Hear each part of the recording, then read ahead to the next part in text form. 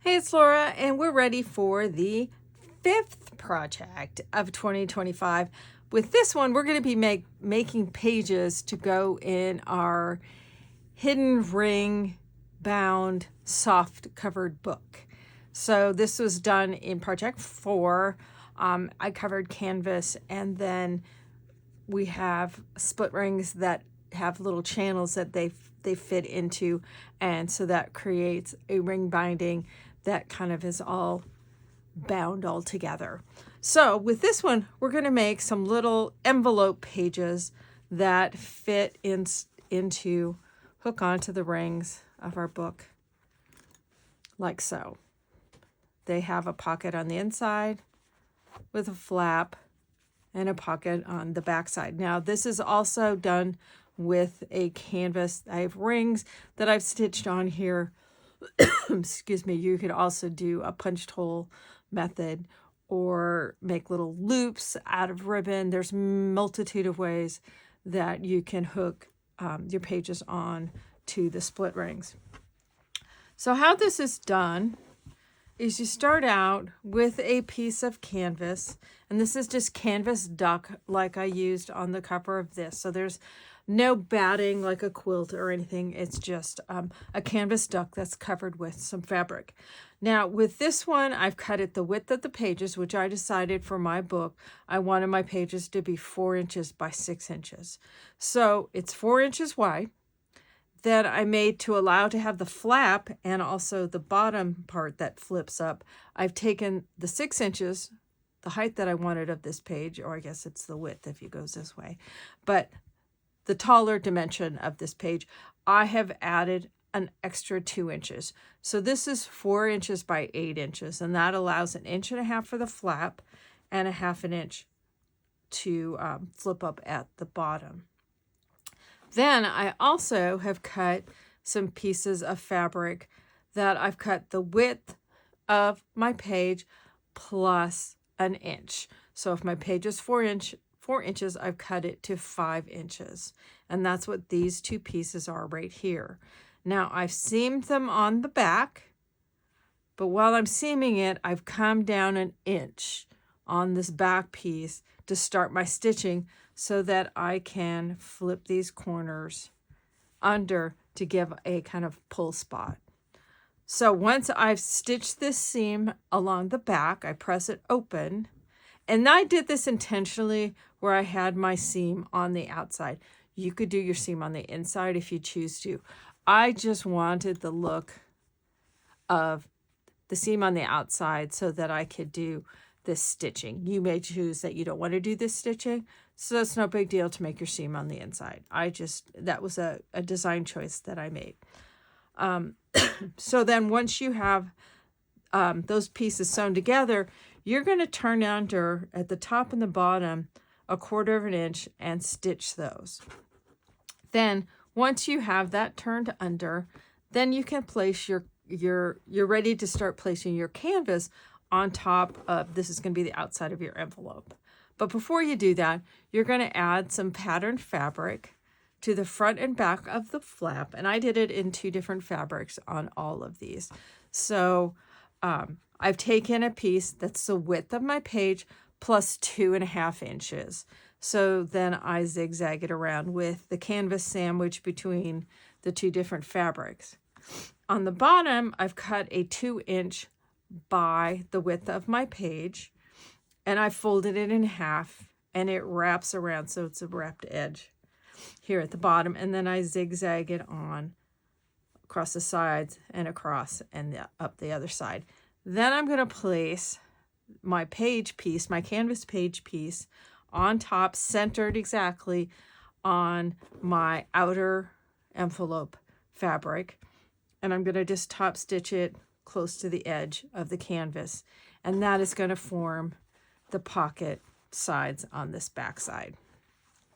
I'm then going to kind of fold this in half so that I can then stitch this. Now again, because I want my seam on the outside, I'm stitching it on the outside. If you wanted your seam to the inside, you'd be flipping it so that the wrong sides are what you stitch on. So then once that's done, you can see how I've got my seam then on the outside. And again, I've taken my little corners, folded and tucked them under. Then I've taken this, we're going to just pretend this is sewn, and then you're going to take and you're going to flip your bottom section up like I've done here, and I top stitch it close to the edge and close to the bottom, and that's going to form the bottom of the pocket on the front side and the bottom of the pocket on the back side. So you've got a pocket on each side. And then I'll press my flap down towards the front. At that point is when I then did some stitching. So I just used some embroidery floss and stitched down each side to hold this the seam allowance of the seam down, and then just did some X's there for decorative purposes. Here I've stitched along the top and then those seams, and again doing the X's, and stitched on. These are some of the larger size Tim Holtz rings, but you can use any brand of little split rings that you want to create the rings to hook on to my binding rings. Again, if you wanted to, you could punch holes, you could put grommets in. These could be those little shaped, what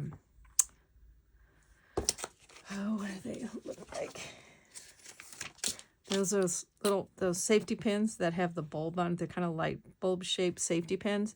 You could do those kind of safety pins. Any kind of ring, to be perfectly honest. You can make loops out of ribbon. You could crochet little loops, whatever you want to do in terms of a loop. Any kind of thing that you would use if you were using the rings on a regular page. And we'll put those then on to my book. I have 5 pages planned in this one. So 3 of them here are completely done. And as you can see, I've done 2 different fabrics on all of my pages. This one just needs the ring and the stitching on it. This guy, I'll finish sewing him up, and then I'll have 5 pages. And that makes for a decently thick book. Now, you can also, in between pages, if you wanted to add paper pages, you could add in between those. If you wanted to add fabric or the canvas pages in between, you could also do that. So you can add any number of pages you want for the book to have the thickness. But I just thought these cute little envelope pages were fun.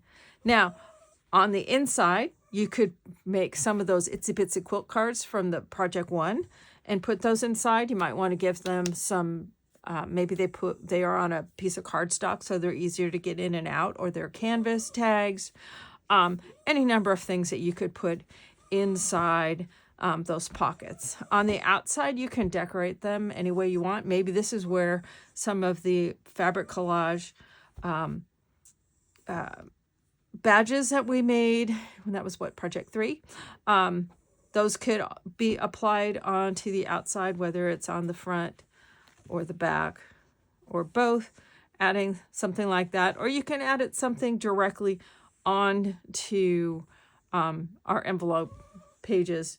One of the things you can do is, if you're concerned, because when I'm doing the stitching, I just had my hand down in there, but if you don't want to accidentally stitch to the inside, what you can do is just put a piece of card inside, so that way when you're stitching, you're not as likely to catch the under fabric.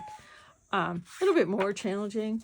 You could also do a fusible design, much like I did here, whether it's on Itsy Bitsy quilt card, or it's on one of the collage badges, or directly onto your envelope. You can do that. So there's any number of ways you can decorate on these. You can stencil on them. You can stamp on them. All sorts of things, just the way you would decorate anything out of paper as well. You can do it pretty much, for the most part, on to the fabric. But fun and easy to do. Makes a little bit different look for a book. So we're going to just kind of fold this one up and kind of pop him inside. So again, it just makes a nice thickness of book. As I've been calling, I have another fabric book that I'm going to be showing within these 12 days. And as I'm calling it, for many years I scrapbooked now I'm book scrapping. So this will be the first one of a couple of book scraps that we have coming up. So fun and easy. If you wanted to just make a little envelope like this would also be a great way to give a gift card. So you could slip that inside. Fun and easy. A little bit different kind of a book, doing it with a soft fabric book. So anyway, thanks so much. Enjoy.